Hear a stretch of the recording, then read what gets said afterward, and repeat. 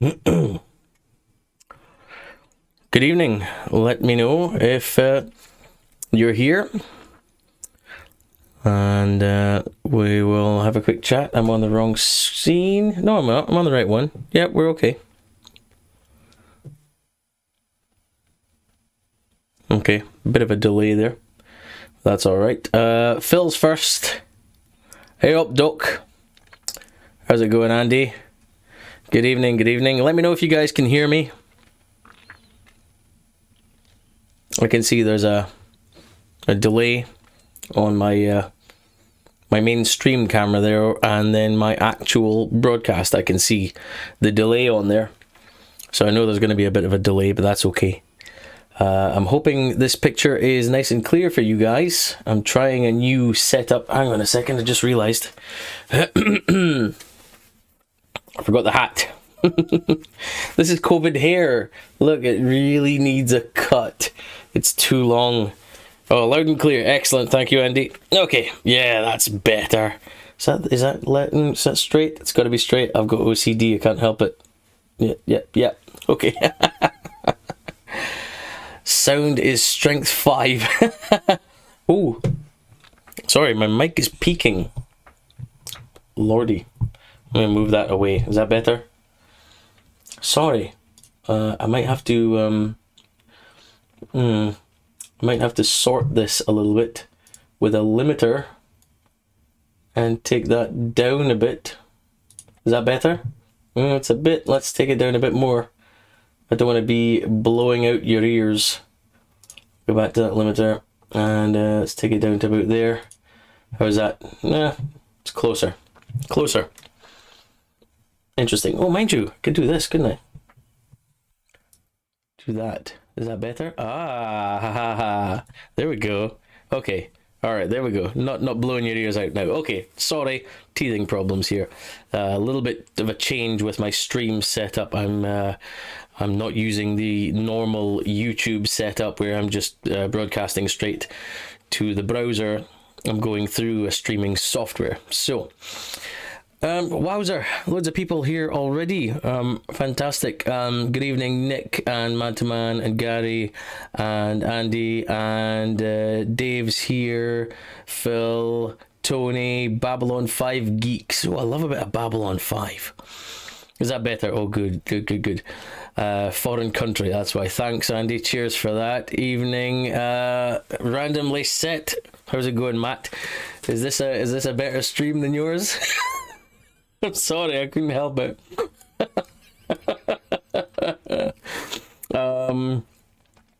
Evening, Ian from Glasgow. How's it going? James Boys, Lee Rose. What a great hat. Evening, speckled chap. How's the snow?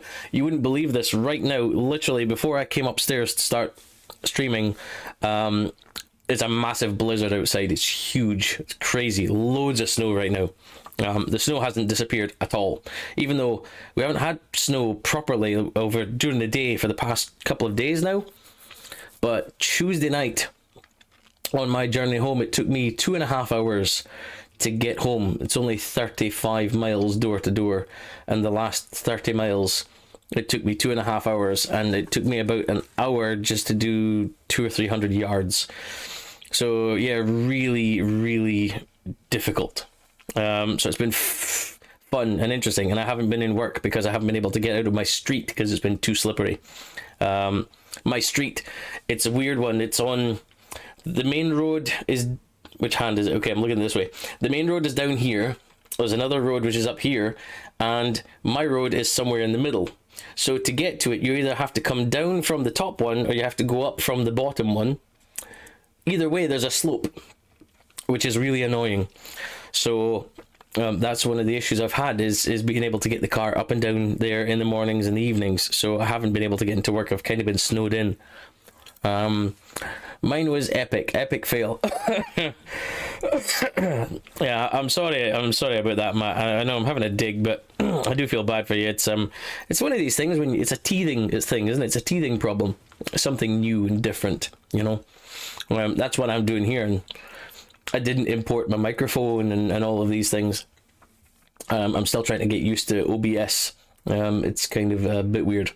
But this is what I use for streaming on Twitch, and it's okay on there, but I hadn't set it up for YouTube. I had to link it. So I've got this sending to YouTube, and then YouTube is sending off to you guys. Phil like Bill, how's it going? You keeping well? Colder than my wife's heart in Stoke. Oh, Andy. Is randomly set an anagram of your name? Yeah, I can answer that one. It is. He put his name into an anagram machine or something, and it came up with randomly set. It's quite clever. I really like that, actually. Bloody show off. Echo not working. No, there's no echo here. Harsh. So before we get into any topics, by the way, ask any questions you want to ask. Give me any topics you want to talk about. I've already had a few questions, and I got what is that? No, go away, shushed. Sorry, I have to silence my phone. I've had a few questions already that I want to talk about, and then I want to talk about some topics of my own as well. Miranda Detailing, how's it going, Phil? How you keeping, man? Have you guys got as much snow as us? I see you've had a bit of it. Hope you're keeping well, mate. Saw your video on the AM details stuff. I'm looking forward to getting my hands on that myself at some point. I'm going to have to buy some, I think. Give us a sweet. I don't have any sweets, Lee. I'm actually on a savoury thing tonight. I've just had a chocolate chip cookie, which my son made for me, which was really nice. But I'm on the dry roasted peanuts and the stereotypical Scotsman. I've got haggis, neeps, and tatties crisps. Not even a joke. Haggis, neeps, and tatties. Absolutely fabulous. Good man. Just ice, man. Super cold. Yeah, I know what you mean. We had minus 12, minus 13 degrees Celsius here a few nights ago. So kind of sucked. Liking the look of the new hybrid sealant. Yeah, I've heard good things about it. A lot of people who have been trying it have been enjoying it, so that's really good. Great for them. So I'd like to try a few of all the new hybrid products. Anyway, let's get on to questions. I wrote them down here.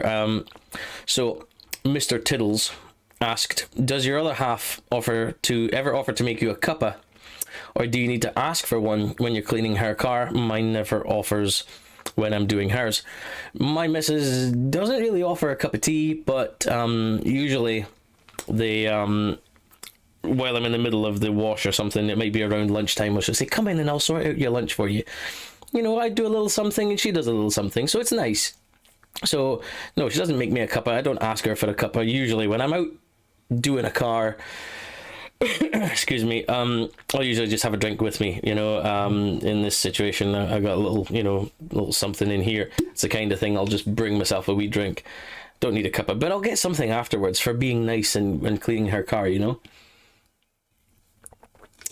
So what's that?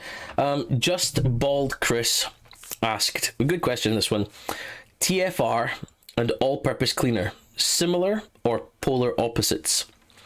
I wouldn't say they're polar opposites, but they are different animals. TFR is a very powerful product, tends to be much more in the way of an alkaline product, very, very strong as a pre-wash. It will also strip off all of your waxes and sealants that are on there practically, unless it's like brand new and fresh. It takes a lot of beating. TFR really punishes your paint and the dirt and any protection products you've got on your paint.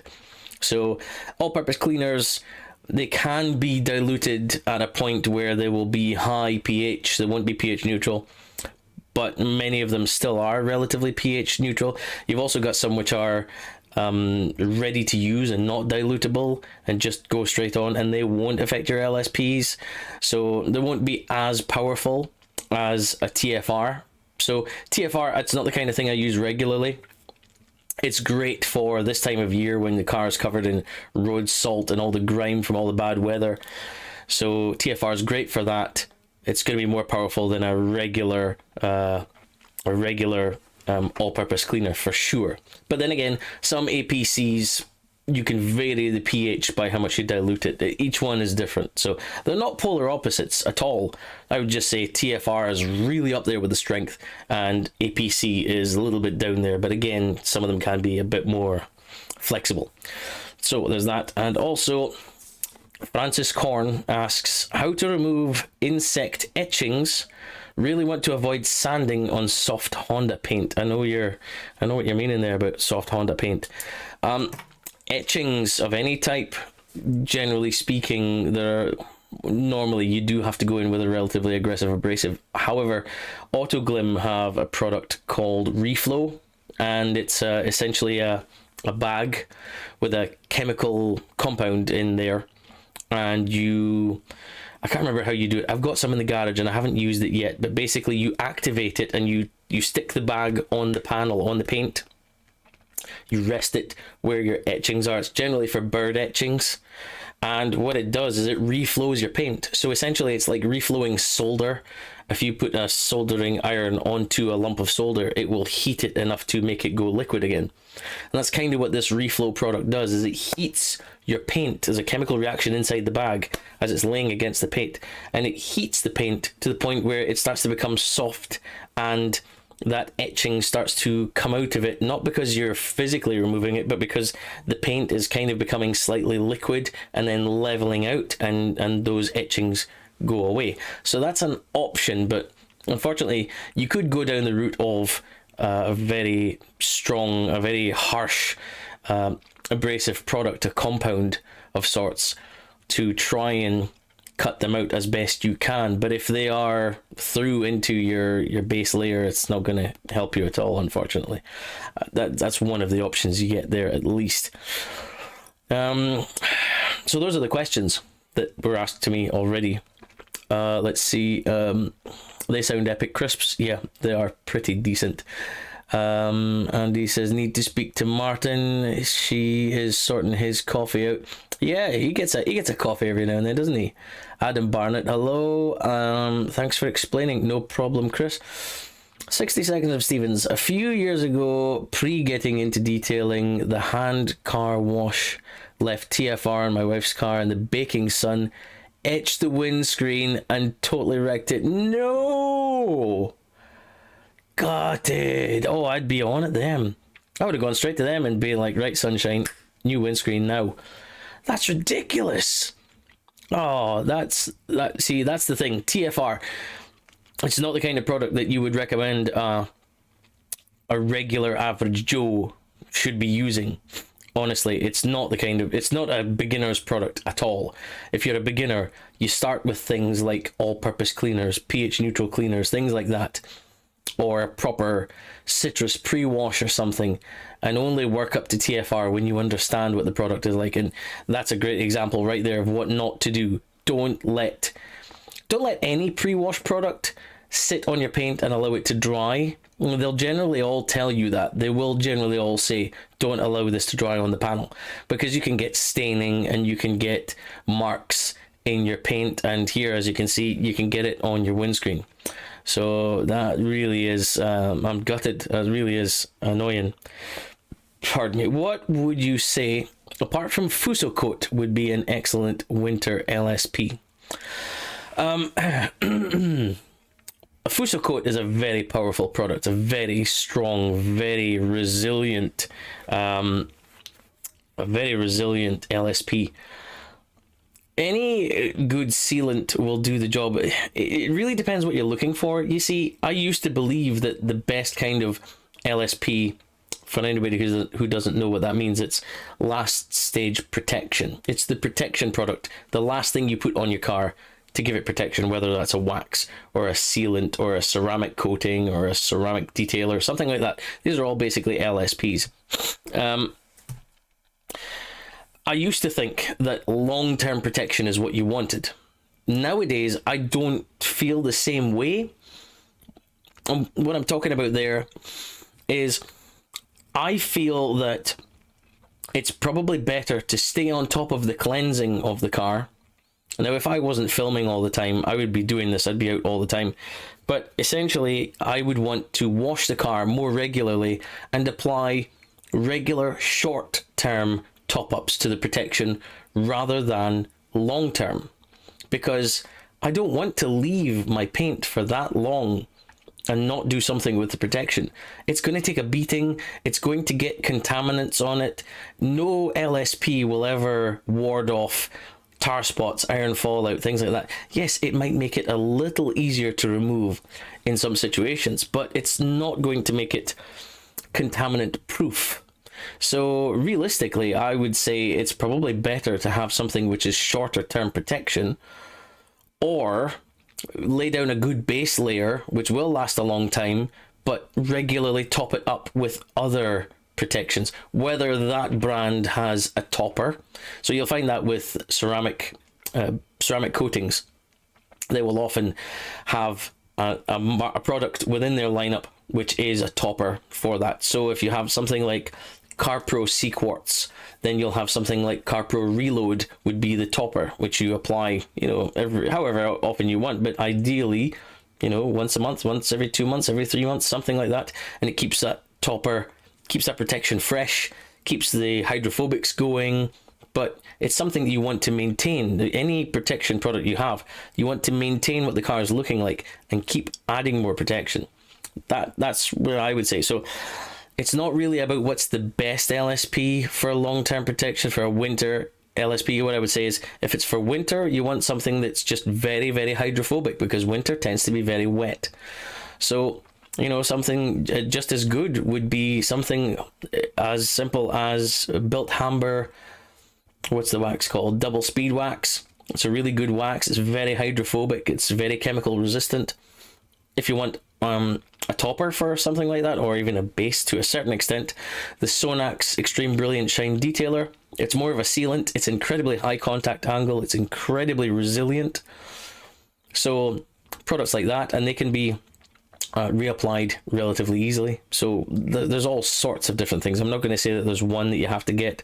Garage Therapy 3CS, the ceramic sealant, great base product. And then you top that up every 6 weeks or so with their Sigma, which is their topper, and that goes on top, and that refreshes the hydrophobics, and it just adds to the protection every time. Fantastic products, all sorts of different things like that.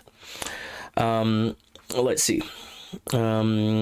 Left it on in the queue. Oh, that's what it was. Okay, took me a while to work out what it was. Thought it was the dashboard dressing on. Oh, got it. Okay, yeah, that was about the TFR.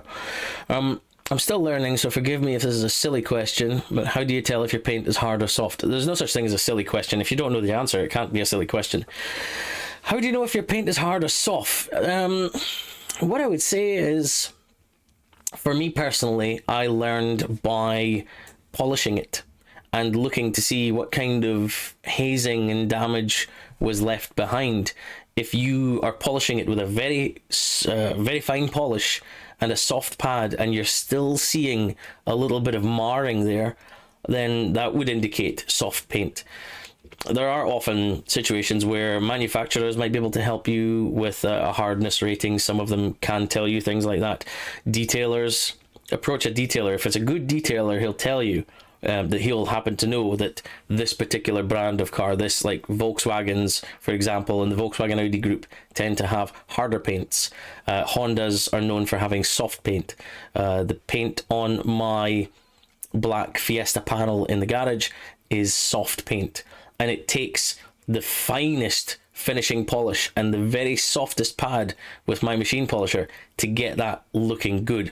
Whereas my Kia, I've used another polish with that and a harder pad, and still it refined down really nicely. It wasn't susceptible to the same amount of damage as a very soft paint would. So it's difficult to, it is just an experience thing. You'll learn it as you go, but you'll be able to see how quickly and easily that damage goes into it. I've heard stories of people using a microfiber towel, and they've left the label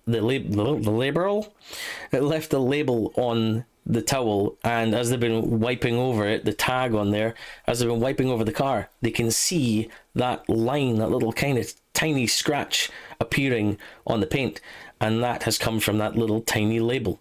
So that is a an indicator there that that's really soft paint. So that, I hope that helps you a little bit. What's a good wheel cleaner for a weekly or fortnightly wash? A few different ones, depends on what you're looking for. I really like, if you're going to do it regularly, I really like Garage Therapy's One Wheel Shampoo. It's a lovely stuff. It's really well lubricated. You can use it in a spray foamer to pre-treat it and then stick it in a bucket with water and your tools. It's a nice, soft product to use, but it's also very effective as a wheel cleaner. If you're going to clean them regularly, it's a good idea. Alternatively, get a good dilutable wheel cleaner, something like Valet Pro Bilberry wheel cleaner, because you can dilute that to something which is a lot less aggressive and will help you, clean your wheels more regularly. What else is going on here? Nick, Vicky just uploaded. You guys are usually more in sync. Oh, I did tell her what time I was coming on. The swine. What's she like? I'm gonna have to have a word. I'm gonna have to send her a text or something and say, what do you think you're playing at, woman? What's going on? That's ridiculous. She does know. She said that she was off and she would be popping on. So, well, we'll see. Oh, no, she's there. Oh, look, I didn't even see. Yes, sorry, lol. You can watch mine after, Specky. Yeah, quite right. Quite right, woman. Anyway, I treated myself to a 50ml tub of Swiss Vax and I want to apply it to a cleansed car. In your opinion, what's the best products to remove previously applied waxes and sealants? Okay. A really good pre-wash. Make sure pre-rinse, pre-wash product. Ideally, something stronger. TFR will do it. If you don't have TFR, a good citrus pre-wash will start to attack it, and a snow foam on top of that to stop it from drying out. When it comes to actually removing it, a couple of options. It depends on how old your wax or sealant is.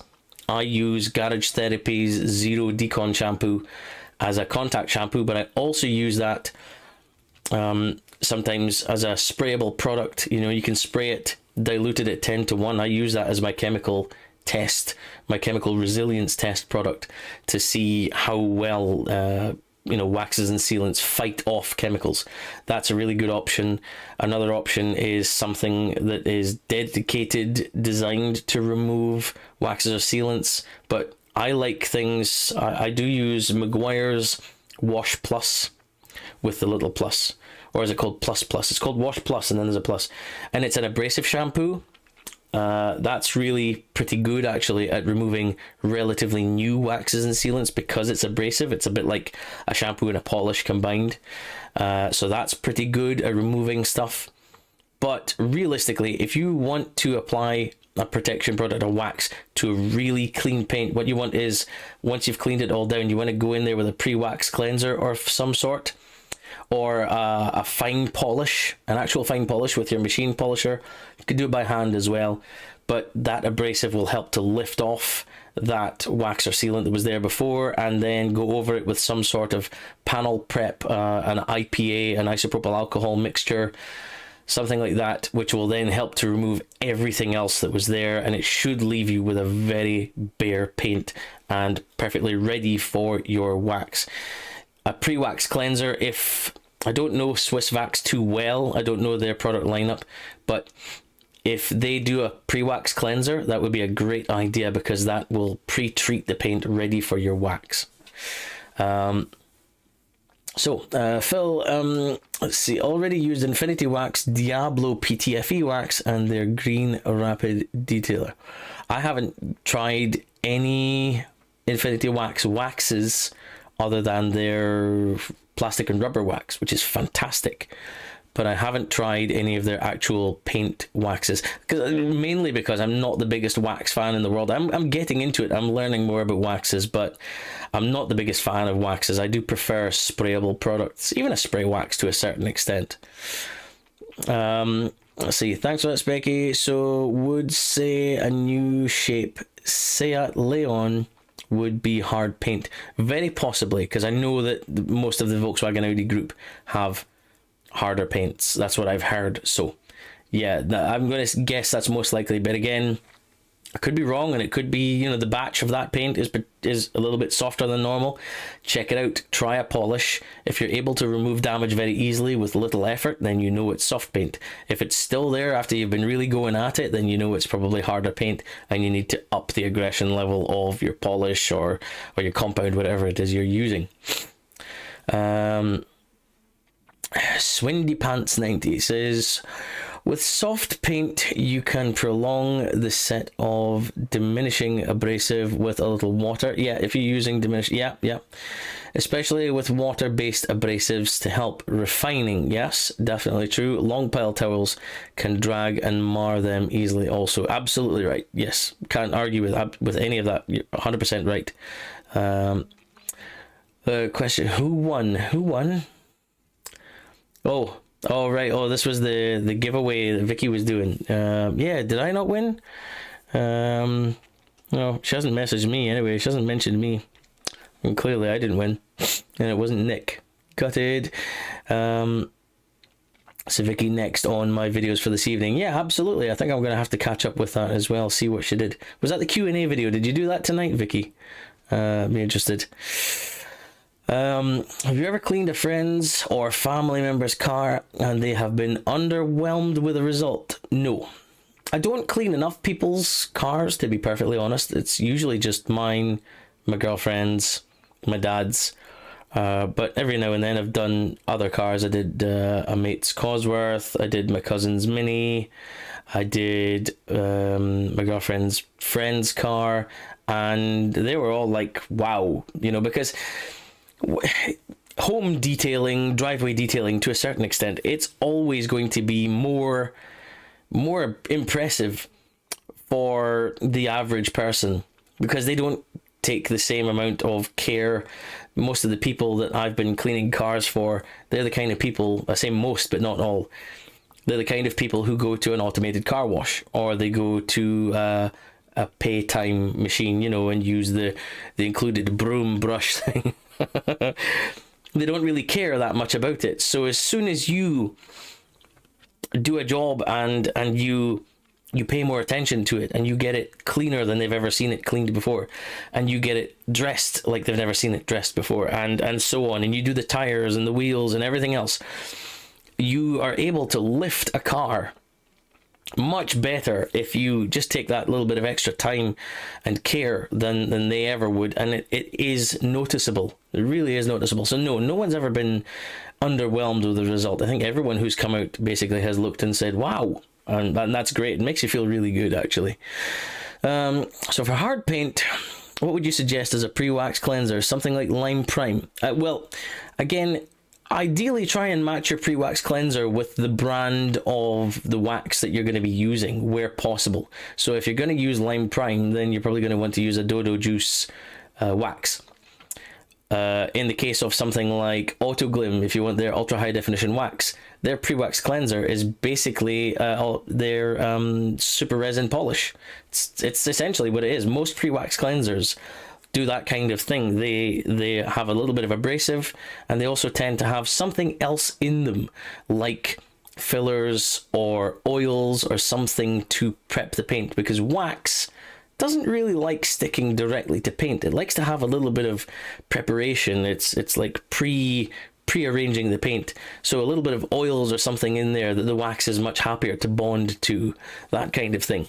So yeah, definitely that's something worth looking at. Whatever wax you're looking at, check it out and see if that brand makes a pre-wax cleanser of some sort. As far as hard paints are concerned, realistically, I would say you go with a polish rather than a pre-wax cleanser where possible, because you're going to really prep the paint properly, and you could put a glaze on there. It depends. Have a look and see what the brand of the wax you're going to use. Have a look and see what else they do to help you prep your paint, and they'll tell you what you should be doing to get the best out of your wax.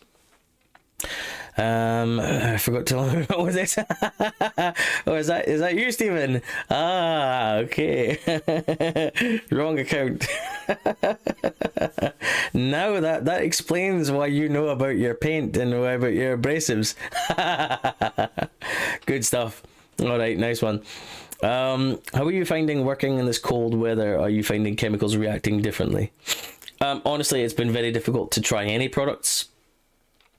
What I did do is, with the last video, the turtle wax graphene stuff, and the compound as well.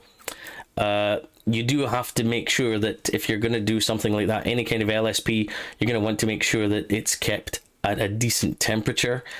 Freezing temperatures really suck for any kind of LSP, especially if it's a ceramic or product, something like that needs cure time. If it's super cold, it just won't bond properly. It's something I learned when I was testing the Garage Therapy prototypes for their 3CS ceramic sealant, and I applied the 2 prototypes they sent me to, one on each side of my dad's Mercedes, but I applied them in basically 0 degrees, and they didn't bond properly. They didn't do a bad job, but they just didn't cure properly, and it was obvious later on that they seemed to diminish over time quicker than was expected. But that helped the guys with real world cold weather testing, and now they've said that you should be using it at 6 degrees or above. So when I prepped my panel for the Turtle Wax graphene products, I already warmed the garage with a fan heater, and then I stuck in an oil-filled radiator overnight and left it cranked up to the max to keep some heat in the garage and allow the products to properly cure and bond to the paint before going ahead and testing them. So you do have to keep that in mind. Winter is a nightmare of a time for applying products like LSPs. It's usually fine for most other products, shampoos and detailing sprays, things like that. They're generally normally not affected. Iron fallout remover can be. You'll sometimes find one and it will separate. It'll look like it'll go milky and weird, and that's because it doesn't like cold temperatures. That's about the only one I've ever come across having an issue with cold weather, other than waxes or sealants or coatings, things like that.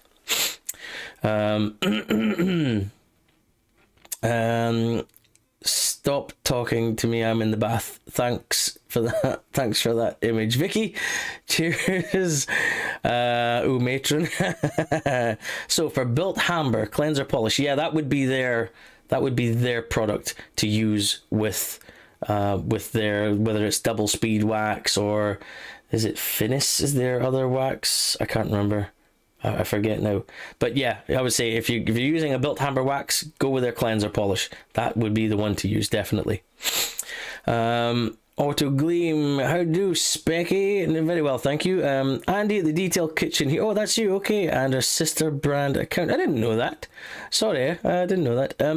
Been sat waiting for a live on Instagram, but not realizing it's on YouTube. I did say it was on YouTube, like, a few times, quite a few times. I kept pointing out, it's definitely on YouTube. I haven't received your package yet. I'm guessing it's probably because of the amount of snow and stuff we've had up here. I saw a great picture. I put it on my Instagram. It was NASA put it up, and Scotland is just 90% white. It's only the west coast which is still green. So yeah, it could be that which slows it down getting here. And it explains a ridiculously silly name. I don't even know what Swindy Pants is. But yeah, fair enough. I don't know what it is. Never mind. Good call on the pre-wax cleansers. Cheers. No worries, Phil. Anytime. AD Kitch, evening Specky. I'm just starting to use a DA polisher. What's the best way to keep pads from clogging up, please? I've seen pad brushes or rinse pad out every so often. I use Chemical Guy's Hex pads. Yeah, a few ways you can do it, but a brush is a good idea. I started using a toothbrush, kind of a firm bristle toothbrush, and just running the machine at, kind of like speed 5, and running the toothbrush up and down it, and that just helps to agitate the pad and to declog the pad from the clear coat that's in there and trying to get it out. So there's that way of doing it. You could wash the pad if you want to. I've certainly done that many times. I've got a bucket with APC in it, and I did it just the other day actually. Filming the new video that's coming out. I'll talk about that shortly. And I used the same pad on all 3 products because I wanted there to be a baseline, so it was always going to be the same pad no matter what. So yeah, cleaned that out and then stuck it back on the machine, speed 6, ramped it up, and dried out the pad that way. So there's a few ways of doing it. You could use forced air if you have an air compressor. You could use that to blow it out of the pad. There's a few different options. Just go with what works for you. Pad brushes are a very simple, effective, cost-effective method of doing it, and they're probably going to be one of the quickest ways to do it. So that would be your start, I think. And the Hex Logic pads are decent pads. Okay, I think you should adopt Swindy Pants, Steve. Yes, why not? That's it, Steve, you're adopted. What do I get for it? Well, late evening. Yes, late evening. Good evening, Paul. Paul Dolden's here. I'm late to the Specky party. He is late. He's late. He's probably had a few drinky poos. He's celebrating after last night's appearance on the Speed 6 podcast, which if you haven't listened to it yet, you definitely need to put that on your list of things to listen to. It was really good to listen to, really good to listen to my good friend Paul there. He did a cracking job. He's a really good guest. Maybe I should have him as a guest for something at some point in the future. Only problem I've had is chemicals freezing in the bottles. Yeah, thankfully my garage has never actually got cold enough to allow products to freeze in it for some reason, even though there's no heat going on in there. None of my products are frozen so far. Do keep one thing in mind: if you've got a pressure washer, make sure you kind of empty out the pressure washer. Don't allow it to be still connected to your hose and full of water, because if it's sitting out in your garage and it's full of water expands when it freezes, and it could destroy your pump and all the connections inside your pressure washer. So try to empty it out, and if it's one that you use a lot, take it inside, take it in the house. Don't leave it outside overnight in the bitter freezing cold. You could do damage to it. Let's see. Evening, Paul. I heard you've been hanging with the cool kids. Yeah, it's not me. Thanks, Dave. This is better than a podcast. Oh, bless you, my man. Bless you. I'll check the tracking in the package to be sure. Yeah, I'll appreciate that. I think it's probably just the weather. Just it hasn't appeared, but I'm not going to complain about that. Don't worry about it. It's fine. Paul enjoyed the podcast. Specky, your turn next. I'd be well up for that. I'd be well up. As you know, I sit here and talk to you guys with no one else talking to me. I'm literally doing all the talking. I'm kind of built for talking. So yeah, they'd probably have to record like a 3-hour podcast and just edit out all the rubbish that I talk. That would be fine. Yes, Chris, great fun. Yeah, I really enjoyed it. It was really good. I enjoyed your performance there, Paul. Thanks for that. We'll give the toothbrush a try. Yeah, give it a try. That's what I started with. When are we going to see the latest in the Paul Dolden Specky bromance saga? May have to call it the Passion of the Polishers. I love that. I gotta make a note of that. The Passion of the Polishers. I love that. That is fantastic. I can't speak and write at the same time. Passion of the Polishers. I can't write. I write like a doctor. Dear God. Fair play to you, Paul, for the Speed 6 podcast. Yeah, we'll do something together at some point. There's a few things we've got in the pipeline. That's definitely going to happen. Something's going to happen. We'll see what it is. I meant Stephen should adopt the Swindy Pants name. Okay, you literally adopt the guy. Okay, I'm sorry. Whatever. I'll still adopt him. It's fine. I'm sure he's lovely. Thanks, Specky, for the podcast shout out. I've got an idea. Have you got an idea? I'd love to hear your idea. Let's talk about that later, shall we? Good evening, Specky. Hope you're well, pal. Good evening, SGCB. How are you? I've been really interested to see some of the new products that are coming out and things you've been testing. I like looking at your page for that kind of thing. Let's see. Oh, people saying hello. Humberto Roche Garcia. Hello. Right. I learned that out the hard way today. Got all my stuff ready to wash the car. And not only was the pressure washer frozen, but also the hose pipe. That happened to me last time when I was doing the chemical testing on the turtle wax panel video. My hose pipe was completely frozen, and so I was basically going up and down the pipe, and I was kind of cracking it along the way, and I had the end nozzle off to try and shake out some of the broken bits. And then I kind of wound it back up into the reel that I've got. And then I've got one of these big flex buckets and filled that up with really hot water from the tap. And then poured it very slowly over the entire hose reel. And the tap was switched on. And I was just very slowly pouring it over the whole of the hose reel and letting that water, the hot water, get into the hose. And eventually it started shooting out little inch-long pellets of ice. And then it sounded like a train as all the ice was whirling around the hose and then shot out. So, yeah, keep that in mind. That's maybe a little tip for you there to speed things along. But yes, pressure washer, it has to be kept from freezing where possible, because you very likely will damage it, especially if you have something like a Karcher, which has plastic pumps, compared to a Nilfisk, which has an aluminium or a metal pump. So keep that in mind. Let's see. Good evening, ODK Dan. How are you, my man? How's it going? Interesting stuff from ODK. What was that one? I just completely forgot the name of it. The one that I just dropped a pun on the new wax.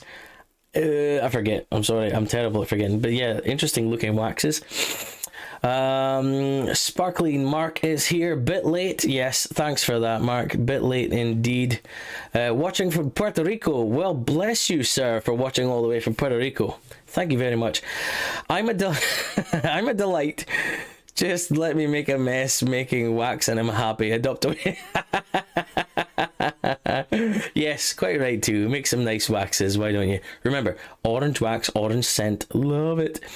Dan from ODK is Luke Skywalker. Well, he's definitely a Star Wars fan, as I've come to learn, which is good, because so am I. That's a good thing. That's a really good thing. Just realized I'm wearing my Specky t-shirt. Look, I didn't even mean for that today. I just grabbed it. Look at that. Although I'm annoyed, this one's got a hole in it. Clearly it was a cheap one, but I got a hole just appeared out of nowhere. I'm gutted. It's really annoying. It must have come. The missus says it's from the washing machine, but that means I can only wear it under things now, and I can't. It bugs me. We have to get some more t-shirts. What are we drinking tonight, Paul? Oh yes, Lunacy. That's the one. Lunacy 6. Yes, absolute lunacy. Looking forward to that one. That's gonna be interesting. Is Paul on the bevies tonight? Is Paul on the port, the gin? What's it gonna be tonight? Hello from sunny Stoke-on-Trent. I don't believe you. Sunny? No way. Mind you, it's been really sunny here the past 2 days, even though the snow hasn't shifted at all. We'll need subtitles from Puerto Rico. No. I'm very easy to understand, thanks very much, compared to many of my fellow Scots around the world who can be very difficult. Even I would struggle to understand some of them. I don't think I'm that difficult, but thanks for continuing to run that joke for a long, long time. I think it was Darren. Darren was the first one to run that, and I used to kill myself laughing every time I put out a video. He'd put it up on his story and say, I need subtitles for this, or he's speaking French this week. Things like that. It was funny. Okay. Just checked your Diddle Kitchen package tracking. Apparently, it's currently in Dundee awaiting clearance agency approval. Since when did Scotland need custom clearance? What? Really? I bet you someone in Dundee has tried to nick it or something. Swines. I'm sorry, but Dundee is like, a kind of very much a rival city to Aberdeen. Most Aberdonians hate Dundee, and most Dundonians hate Aberdeen. So, swines. They're hanging on to it. Paul says, I did have some strong ale earlier and some screen wash I found in the Pratt cave. And now I'm on tea. Is it green tea, Paul? He does like his green tea right now. Weirdo. There was nothing else on. And I watched Vicky's video already. Wow. No thanks. Vicky's video is more important than my live, is it? Yeah. Thanks, Mark. I'll remember that one. You look like a Wookiee. Thanks. I don't look. This it's grown back. I know I shaved it off. It's grown back. Just not the same length as before. But this bit seems to have, this bit here seems to have gone more pale, more grey. The Greys are coming. I turned 40 this year, and the Greys are really starting to push through. What? Well, who's Specky though? Oh, who am I? Yeah. If he's that's a good point. If Dan is Luke Skywalker, I mean, I'm quite happy to be Darth Specky. I'll be Vader. I've got no issues with being Vader at all. In fact, that's exactly how I signed off an email to Dan, was signed off as Darth Specky. You know, us nerds, we need to stick together. And a good one, Mark. Oh, you suck. You suck. Didn't win though. Well, there you go. That's a price of you. Sonny, something's on fire. To be fair, I'm further south than you, and no one south of the border can understand the Glasgow accent. Yeah, I wouldn't say that's for 100% true. There's a lot of, really nice parts of Glasgow where the soft Glaswegian accent's actually quite nice, but there's other parts of it, it's all right, all right, Dobber. I can't even do it half the time. I struggle with it. Pure magic, so as. Let's see, nothing wrong with green tea. Okay, I'll take your word for it. Mr. Grump, red sky at night in Stoke, pottery somewhere is on fire. Nothing to worry, I'm fluent in Spanish, English, French, some Portuguese, and learning Russian. You show off. Wowzer. Okay, Spanish, hola. French, bonjour. Portuguese, bon dia. Russian, I don't know. Dobroveche? Is it? Or is that wrong? Is that something else? No, spasiba is thank you. Could be Dobroveche. As Homer Simpson says, Aberdeen rules. Did he say that? How do I not know this? Did he really? I need to find that. Somebody needs to send me that. Okay. Meg's ceramic spray wax dry application durability. No idea. Never used it. I haven't used enough Maguire's products. I certainly haven't used their ceramic spray wax. I apologize. I'm sorry. I can't help you there. You did not just call me Jar Jar Binks. You absolute scumbag. How dare you? How absolutely dare you? There's no... Mind you, did you hear the fan theory of Darth Jar Jar? Sith Lord Jar Jar. Seriously, it's actually really compelling when you read it. Hi from Lithuania. How's it going, Lithuania? Yes, Peggy Vicky is infinitely more important, plus she has my hoodie. She's got my hoodie too. I wouldn't hold your breath, mate. She's been promising it for like forever. So yeah, don't hold your breath. She's a nightmare. She only moves at her own bloody speed. Let's see. And Saviki is Princess Leia. What does that make Paul? If we're all doing this, right? If I'm and Vicky is, we need to get Paul. What's he gonna be? Darth Maul? Because he's bald. Could be Darth Maul. This is getting too far into this kind of thing. Rabsi Specky. No, that's, oh god, that's a horrid, I mean, he does a great job, but that's a horrid accent. I never enjoyed it. My mother used to love Rabsi Nesbitt though. I haven't thought about that in forever though. Good god, you're showing your age there, Andy. Wow, getting slated off by Specky from being from Glasgow. Revenge coming in the form of a glitter parcel. I'm not slagging you off for being from Glasgow. It's fine. You're allowed to be from Glasgow. It's okay. I've got no issue with it. I'm just saying some of the accents are really awful and some of them aren't so much. I'm pretty sure you and I have actually sent voice messages and your accent is nowhere near as bad as some others. So honestly, don't take it too personally there. Hi Sam, how's it going? Russian privet. Okay. Is that what it is? Hello? It could be. Privet if you're with family, but politely sounds like Strajica? Is that right? I don't know. Jabba. How dare you? I'm not that fat. Good god. Do the T-cut voice. What are you talking about? T-cut voice?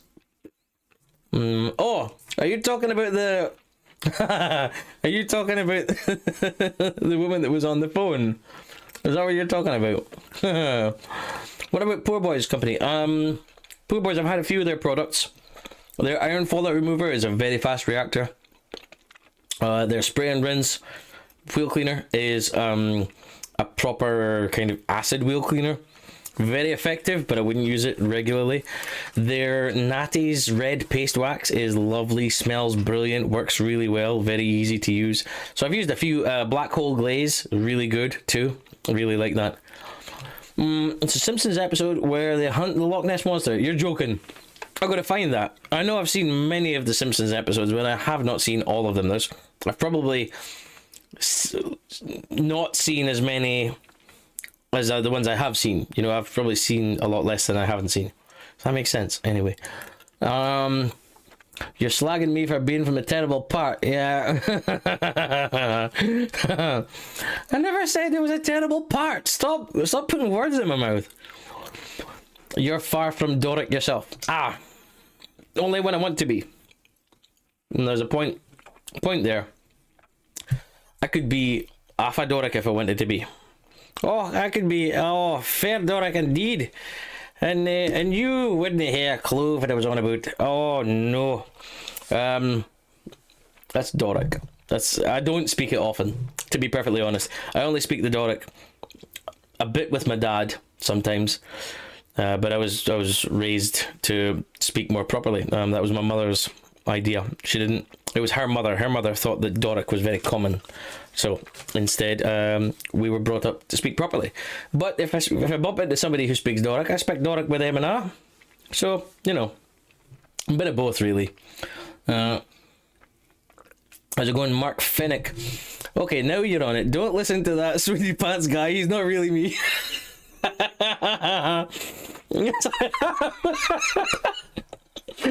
Twice. Oh, this is hilarious. This is brilliant. I love that. Oh, that's funny. That's really funny. Okay, Black Hole Glaze on brighter paint. No, they've got the white diamond for bright colors and black hole for dark colors. So they have varying. Or you could just not worry about the color and just use a regular glaze. Some of them just don't really make that much of a difference. You could go with something like Auto Finesse Ultra Glaze, is it called, I think. And that one, it doesn't really matter what your color of car is. It'll just work on any of them. So, yeah. You don't have to go for a particular color. You cracked me up. No, you cracked me up. That was a cracker. I like that one. That was really good. Anyway, I've got some of my topics I want to talk about, because I keep forgetting. I've got my list here of things I wanted to talk about. Paul on the podcast.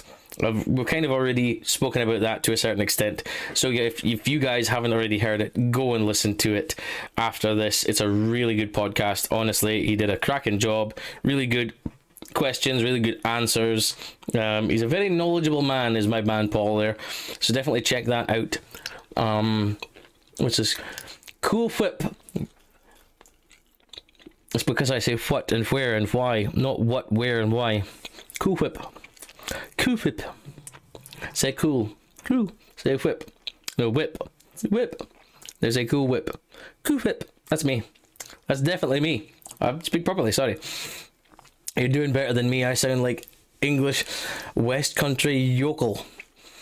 West Country.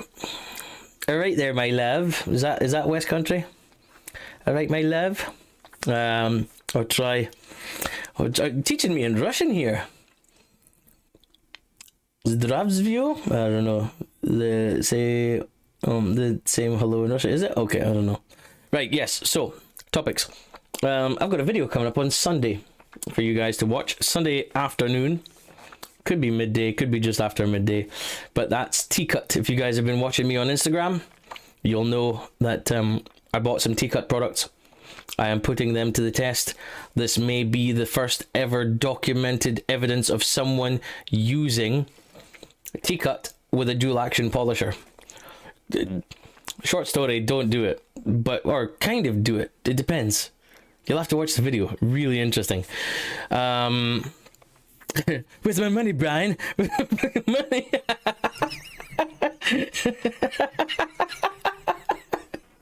I love Family Guy. It's brilliant. I took your advice and ordered myself a detailed online foam lance and foam, trying it out tomorrow. Oh, good stuff. Detailed online foam is good. The foam lance is a very good piece of kit. I've had no issues with it. Paul had it. He had a problem with it. Got it replaced. Hasn't had a problem since. So lots of people have been saying good things. I like them because they've got the wide mouth to pour your product in, and you don't have to worry about having a funnel. It also doesn't topple over easily. Great.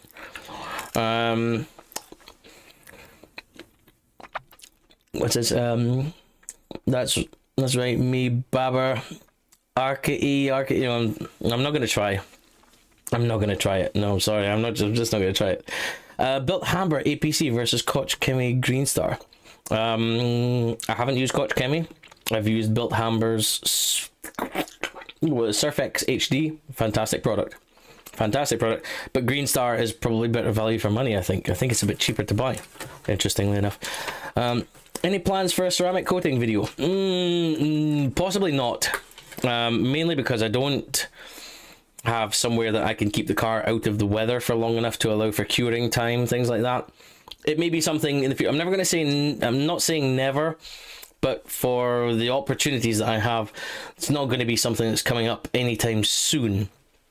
And again, my channel is more for the average Joe, and I don't think ceramic coatings are suitable for average Joes, to be perfectly honest. If you're an average Joe and you want a ceramic coating, go to a proper installer and get it done properly. Let's see. Could you also try it on a rotary, mate? I'd be interested to see your results with foam and wool. I don't have a big rotary. The only rotary I have is a mini 3-inch rotary, and I technically speaking I could. I don't think there's much point. I have a very, very soft paint panel that I was testing it on, and so I used my Argos 50 quid DA, and I'm not going to give anything away. It'd be very interesting for you to see it. But yeah, interesting results, very interesting results by hand and by machine. Definitely worth it. If you've ever used T-Cut in the past and you've wondered what's it like today, I remember that back in the day. I mean, I hadn't used T-Cut in about 20 years at least, so it was really interesting to try it again and to put that alongside a modern abrasive product as well. Gary, any thoughts on the BH touchless system? I haven't got it yet. I haven't purchased it yet. I'll buy it at some point, probably next payday. I might order some and give it a try, because I've heard decent things about it. But again, thoughts on it? It's a snow foam. It's like a very strong snow foam, or it's a foaming TFR almost is what it seems to be like. Is it really worth it compared to something you put in a pump sprayer that you can dilute down better? I don't know. Again, when you look at one thing I hate, which is panel impact ratios, and you look at how much product you actually have to use for these, sometimes it can be a lot more than you would expect. So it's interesting. I'll see what it's like when I get it. How much sna your way, Specky? Playing havoc with the car cleaning. Both mine are white and about 6 inches of salt. The sna here is awful. The sna is still coming down. I can see it out of my little window right here, and I can hear it. I can hear it against the glass. Specky, what's the snack you're having? Now I'm hungry. It's peanuts. Oh, look, focus. There you go. Dry roasted peanuts. That and some crisps. Sorry. Yeah, I'm gonna keep talking about my things. I keep getting distracted. What's Steven saying now? I'd imagine a lot of dust very fast. You'd be surprised. Try spritzing a panel wipe dust if dusting on DA to extend your sets. It's more likely smat over dat, though, so may not see much improvement. Interesting to see. I'll tell you this, I don't think it's smat. I think it's non-diminishing. I don't think it's diminishing at all. I tested the original T-Cut color restorer and the more modern rapid scratch remover, and I'll say that I don't think either of them are diminishing at all. And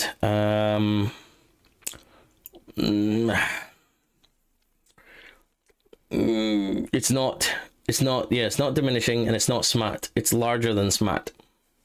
It's interesting. That's all I'll say. It's very, very interesting. Bugger, I'm allergic. You're allergic to peanuts? Gutted for you, man. Oh, love them. Have you used any products from Nerta? No, never. Sorry. I think I've only ever heard of them once.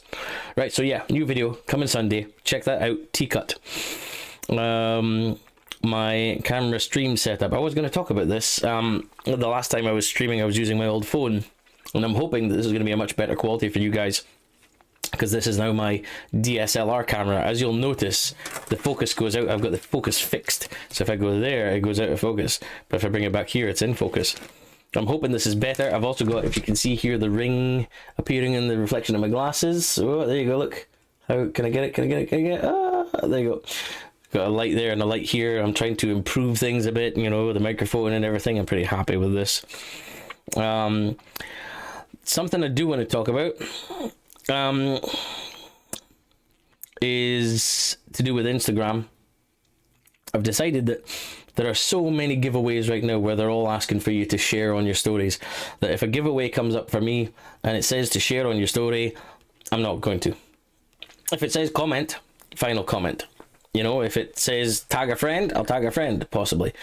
Depends what it is that's given away. But if it's one of these, share it as well. You know, we're giving all these people, these companies, massive amounts of advertising for nothing. And I've decided that I'm getting fed up seeing them on my stories and so on other people's stories all the time. It's nothing but giveaways, and I'm getting really tired of it. So I've decided I'm not entering any which require you to share it to your story or post it on your feed or any of that nonsense. If it's tag and like, I'm there. But I'm getting fed up of seeing them all just clogging up my feed of stuff all the time. It bugs me. I know it's kind of a bit of a grumpy git there, but it's just been bugging me lately. If it's non-diminishing, it's smart. But is it smart? Because if smart is super micro in it, I don't think it's as micro. This will lead you to what I've been testing with. I tested it, the two T-Cut products versus a smart product, and the actual proper smart product finished differently to the T-Cut products. So although it's, you know, kind of smart, by the same token, it's not as fine as that other smart. It does seem to be much more aggressive, so keep that in mind. Panel wipe would extend the set, but not aid in reducing the abrasive, so I didn't expect it to help. Yeah, I did use panel wipe afterwards on all of them. You'll see why in the video as well. It is very interesting. Sounds absolutely spot on. Thank you. Yeah, free advertising is pretty smart. It is a smart idea. It's a clever idea. You know, free advertising for everybody. Just share this on your thing, and then all of your friends will see it and go, "Oh, what's that?" And they'll get free advertising all over the place. But I've done it many times over the years, and I'm just fed up that now there's too many giveaways, and it's just bugging me. I'm just getting really fed up of seeing them over and over again. Kind of, yeah, again, just me being a grumpy git, I think. Yeah, I won't put anything up on my feed with you 100%. Good man, Dave. Yeah, I thought if anybody was going to understand it from my point of view, it would be you. You get where I'm going with this. So yeah, if it's a giveaway, just like say tag and like, fine, but not this whole sharing thing. Getting a bit annoyed with it. Sounds like it might be sand. Do you know what? I mean, yeah, sand is a very large abrasive. It's, you know, in a way it kind of is, but it's kind of not. It's not as bad as using sand. Wouldn't that be interesting to do a video? No, because that's basically just sandpaper. Could you use sand and mix it with a moisturizer and use it as an abrasive on a panel? You never know. Never say never.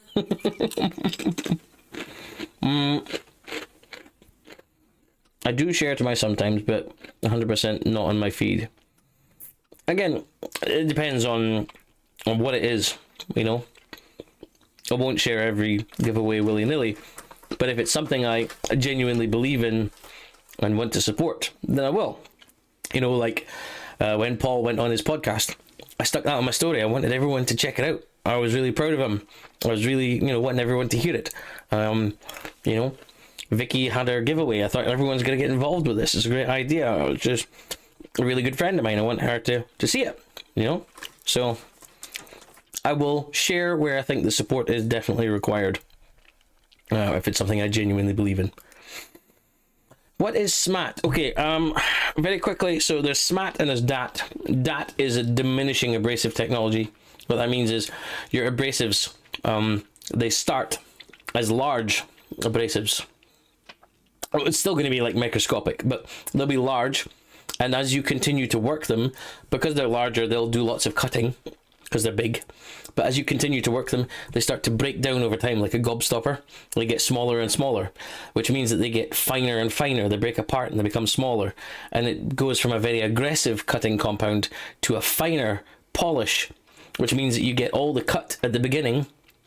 And as you keep working it, you then start to, it refines down, and then it leaves more gloss behind and gets rid of the hazing that the large abrasives would be putting in there. SMAT is super micro abrasive technology.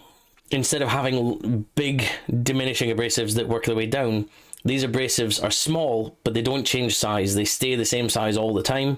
So as you're working them, they always stay the same no matter what, but there's more of them. So the abrasives themselves are less aggressive than others, but there's lots of them, so they're able to do a lot of cutting. But because they're small, they're also able to refine, so you get a better finish from that. That's not to say that you still need you know, a polish afterwards. Some of them don't. Some of them will get down to a finish where you'd actually be quite happy with that and wax it again, depending on the hardness of your paint and so on. So yeah, there's that. Right, where am I for glass? Pretty much okay. You've also got to have an eye for a fake. Yeah, you're absolutely right there, Dave. Ever try window tint? What soap slip solution do you use? Yeah, I did actually a long time ago.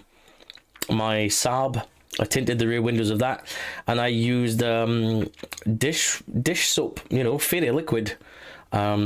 Just a couple of drops in a spray bottle with some water, and just had a feel of it, you know, just sprayed it and had a feel. How slick is it? Does it need a bit more fairy liquid? Does it need a bit more water?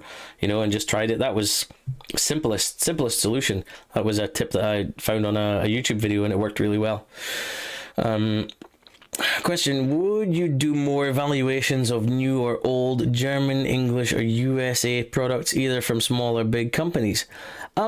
I'd be interested in anything that I haven't tried before, especially if it's something which is, maybe if it's well known, that's a good idea, you know. New is good. It all depends on whether or not it's something which applies to the market that watches my videos, and that is, generally speaking, the UK market. So if it's something that UK viewers can buy, then that's great. I would be happy to do that, but it would be difficult for me to test a US product. Paul has done that in the past with lithium elixirs or something, lithium auto care, whatever their company is, and he's tested their products, and you can't buy them over here. You'd have to ship them over, import them, you know. It makes things a bit more difficult. So if it's available here and it's known enough and it's interesting enough, then yeah, I'm not going to say no. I will always have a look at anything and see what's worthwhile to try. Oh, you've already answered my question, or I answered yours today. SMAT is super micro abrasive. Yeah, DAT is diminishing. That's what I said. Just used fairy apple flavor, probably too strong, maybe 40%, didn't seem to work well. Okay, interesting. Is there a holy grail to detailing, a technique that works all the time? Pre-wash. Pre-wash. It just has to be. I think that's one of the holy grails to it. Just giving your car a really good pre-wash is one of my favorite things to do. And I've tried pre-wash products side by side. You get a filthy car and you rinse off one panel with just water, and the other panel you rinse it off and you apply a pre-wash and you allow it to dwell for 5 minutes and then come back and rinse it off. If you dry both panels with warm air, you will see that the section that didn't have a pre-wash is still dirty. It might not have as much dirt as it originally had, but the section which had a pre-wash will, generally speaking, be cleaner. That was on my Stiarnagloss video, forced pre-wash, citrus pre-wash product, I think it was. Tried it on the 2 doors, and you can definitely see a huge difference, a massive difference. Pre-washing, it leads to a lot better things. It leads to a better cleaning and safer cleaning as well. You know, less likelihood of damage on your paint. What's your favorite brand of abrasives? I don't use a lot of abrasives. I would say I've got a couple from Meguiar's. The Ultimate Compound is good for getting through a lot of damage. It's pretty decent. And then I've got the M205 finishing polish, which is really good with a super soft pad on my Fiesta bonnet. Really, really good. That works well. I'm also really impressed with Angel Wax Perfect Polish by hand and machine. That's really good. I also have Shoal Concepts S20 Black. That's a diminishing abrasive. I haven't had enough practice with that yet, but I want to try and use it again and see what kind of finishing I can get with it. So there's a few, but I haven't tried loads, to be perfectly honest. I'm still getting into the machine polishing thing. I'm still learning more about it. I'm still trying to get more practice with it. Did you ever get a chance to use our samples? I'm sorry, I haven't. They're still sitting there. I will get around to using them. The trouble is I got them just before things got really cold, and I had the winter stop for winter time. So I apologize. I haven't got around to doing them, but they are sitting there, and I will get around to using them soon. I apologize. I just haven't had the opportunity. I'm still desperate to get out and wash our cars. Can't do it. It's been too cold. Or it's been too snowy, or it's been too wet. I just have not had a chance at all. This weekend we've got the kids. Next weekend we've got no kids. So hopefully I'll maybe get a chance to do some filming then, and I'll try and squeeze in a bunch of products. So I apologize. I do apologize for that. Citrus pre-wash all the way, says Dan. Yeah, it's definitely. I love a citrus. Citrus or APC. Personal preference, but I think APC. You got to be a bit careful with how you dilute it and when you're using it on the paint. Citrus products do tend to be more dedicated to allow for paint, and they'll tell you what ratios you should be using them at. I do like a citrus. I just enjoy a citrus pre-wash. Defo good pre-wash. There you go. Interesting. I've been pre-washing with about 80% traffic from remover. Jet wash on cold for 2 to 4 minutes. Got rid of dirt, salt, and leaving it with no hand wash. Did a hand wash recently, seemed to bring back all the shine that the TFR wasn't lifting off. This is it. There's no such thing as a fully touchless cleaning. Regardless of what you think about snow foams and citrus pre-washes and TFRs, nothing is 100% effective. Even if you've got a ceramic coating on your car, nothing is 100% effective, and you do need to give it a contact wash. So do yourself a favor and make sure that that contact wash is as safe as possible by removing as much dirt as you absolutely can with a good pre-wash. It just means that you will be able to clean even less dirt that was there than before, and you're also going to make it safer so you're not adding damage to your paint. I see Larry Casilla has hot water now. I tried hot water 40 degrees and it just seems to work. I think that's the holy grail. Hot water, yeah, it's ideally if you've got access to hot water, hot is always better. There's something to do with the change in tensions of things. It's like when you're washing your dishes, hot water will change the way something is, a material is. It changes its structure a little bit because it's warmer, and that can help to remove it, whereas washing in cold water would be less effective. So hot is probably the way to go. I would love to have a hot tap for the pressure washer, but you know, by the time it's come out and been flying through the air, it's going to have cooled down anyway. So hot water with a contact wash is definitely the way to go. Let's see, yeah, hot water will always be superior than cold water. Yeah. Wherever possible, try and use hot water in your bucket. And a hand wash is essential, yes, absolutely. Get kids helping, they can do under the car. I want to get one of those undercarriage jet nozzle things, you know, it has like 4 jets on wheels, it goes underneath. If I'm not going to get one of those, they're like 40 quid. If I'm not going to get one of those, I want to get one that's meant to be, that's like got a really good hook like that, and it's for going into your guttering. Well, if it's going down like that, turn it the other way around so it's pointing up the way and it can get under the sills of the car. At least it's better than nothing. Paid promotions in your YouTube video, thoughts? Oh, this has been picked up from Paul's comments, the question he was asked on the Speed 6 podcast. And I agree 100% with Paul. Same situation. Whenever someone pays to have a review done, there is a change in the bias. The person who has received the money for making that review video or whatever it is, if it doesn't have to be a video, it could be a column, an article in a magazine or whatever, or on a website. Whoever has received that money is going to be slightly biased, unless they happen to particularly believe in that product. But you don't know whether they've believed in that product. All you know is when you watch the video, it says at the little bottom corner, it says includes paid promotion. That's a different story altogether. I've never received money for a single review. I've never asked for money for a single review. I don't think I want to right now at the moment. It's just not, it's not a thing. I have my models. I will review a product as honestly as I can, 100% honest as I can. So receiving money for it just changes the mindset. You've been paid. You want to do a good job. You want, John at Forensic Detailing talked about this a long time ago, actually. He asked, should reviewers pay for their own products? And I know what he's thinking. He's talking about removing that bias. So I know where he's coming from. But the fact is, if you get a free product to review, as I often get, I will be 100% honest with you regardless. And if it means that if I give it a bad review and that manufacturer says, well, I'm not coming back to you again, well, then so be it.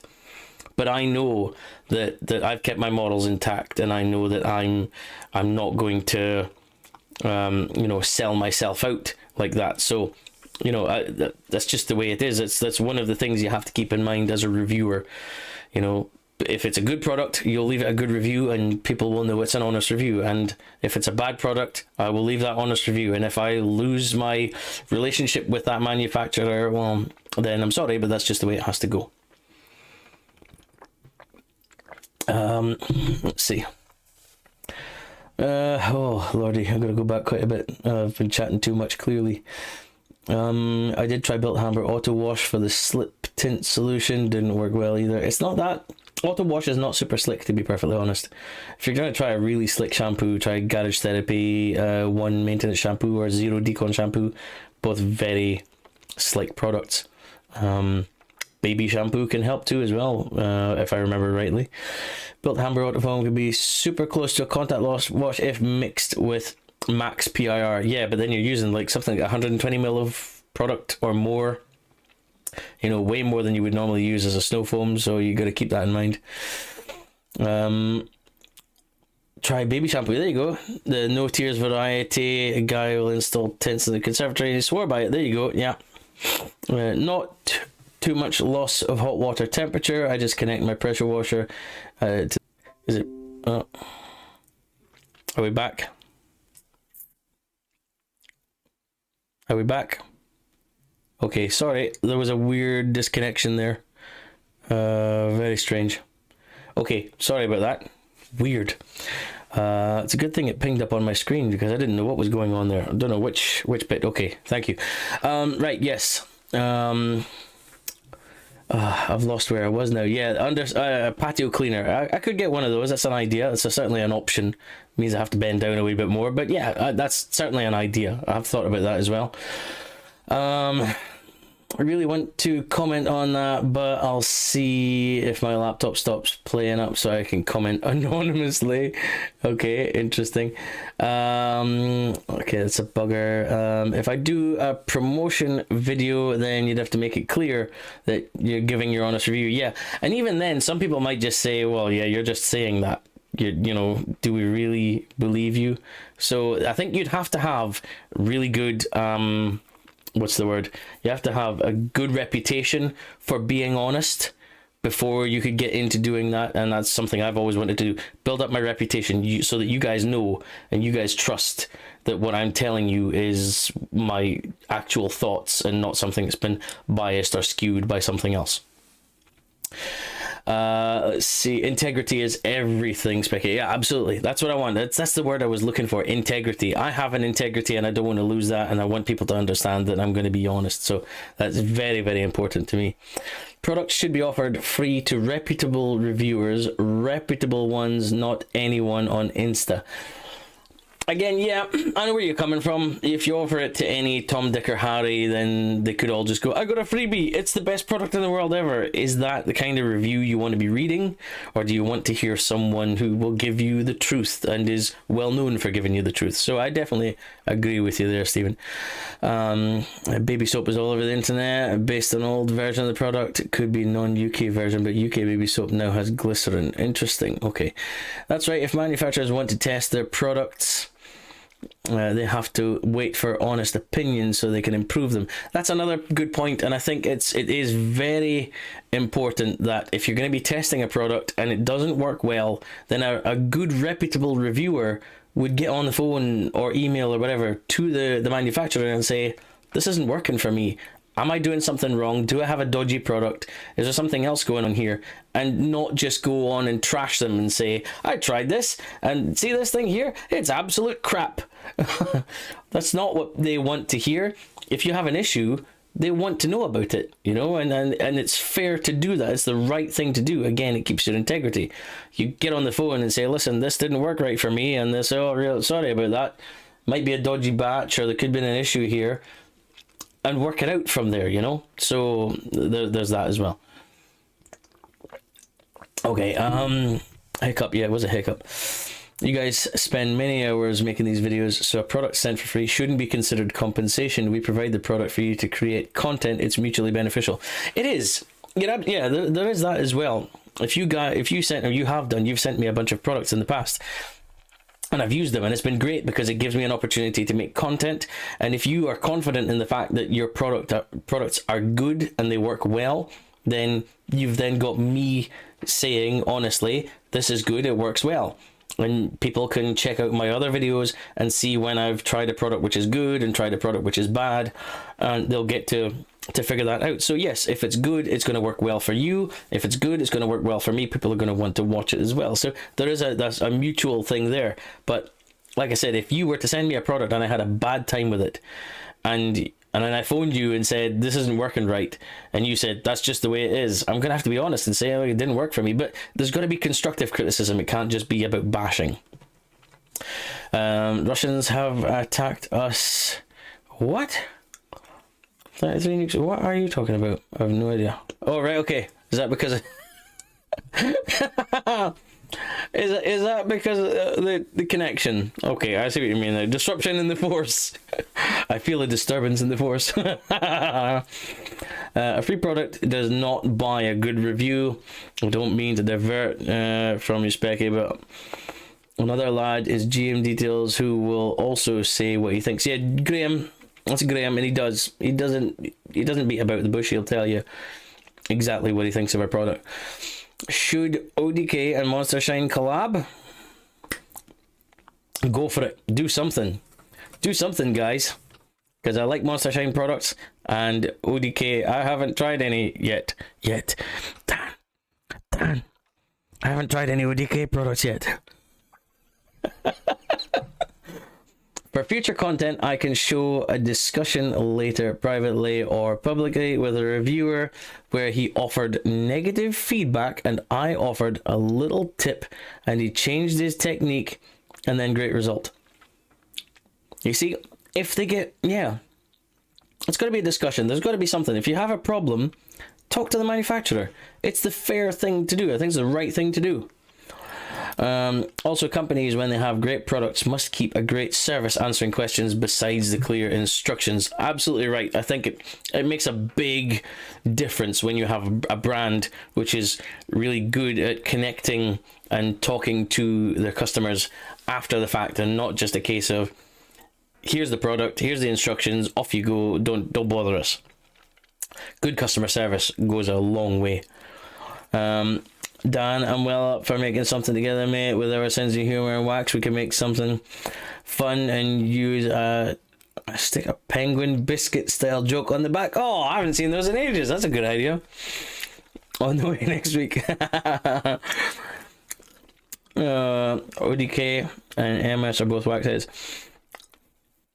Who else is what's this? What was the tip? Ooh, what was the tip? Yeah, what was the tip? What was the negativity? Yeah, that'd be interesting. That would be very interesting, actually. Again, you connected with him and you spoke about it, and then suddenly it's turned it around. Very interesting. Sounds like a plan. I'm up for that. Good. Okay. Yeah. Well, this has gone on longer than I planned. It's now 5 to 10. I planned to only be on for an hour, so I apologize for keeping everybody on here. But thanks all for joining in. It's been really good. Before we wrap up, if you guys wouldn't mind just going over to that like button and clicking it before you say cheerio, I would really appreciate that. It helps the YouTube algorithm and so on and so on. Make sure you check out the video going live on Sunday. T-Cut products, the original color restorer and the rapid scratch remover versus a modern day compound by hand and by machine. So I'm really looking forward to seeing what you guys have to say about that. Please go and check that out. I've got more content coming up as long as the weather plays along. But anyway, thanks very much for coming and joining me on your Friday night. I know there's not a lot going on, but yeah, thanks very much all for coming along. Thanks for being here. Sorry, James, you're a bit late now. Talk economics. I'm sorry. We're gonna have to keep that for another chat or something. Drop me a message, and yeah, we'll sort something else out, or you can leave it for the next live stream. But yeah, thanks all for coming along. Stay safe. Don't touch anybody you're not supposed to be touching. Wear your mask. Stay away from people. Don't cough on people. I hope you don't get COVID. Don't be silly. Stay safe. Be well. Stay warm in this winter horribleness. Apart from if you're in Puerto Rico, of course. And yeah, we'll speak to you all soon, all right? Take care. Thanks very much for joining.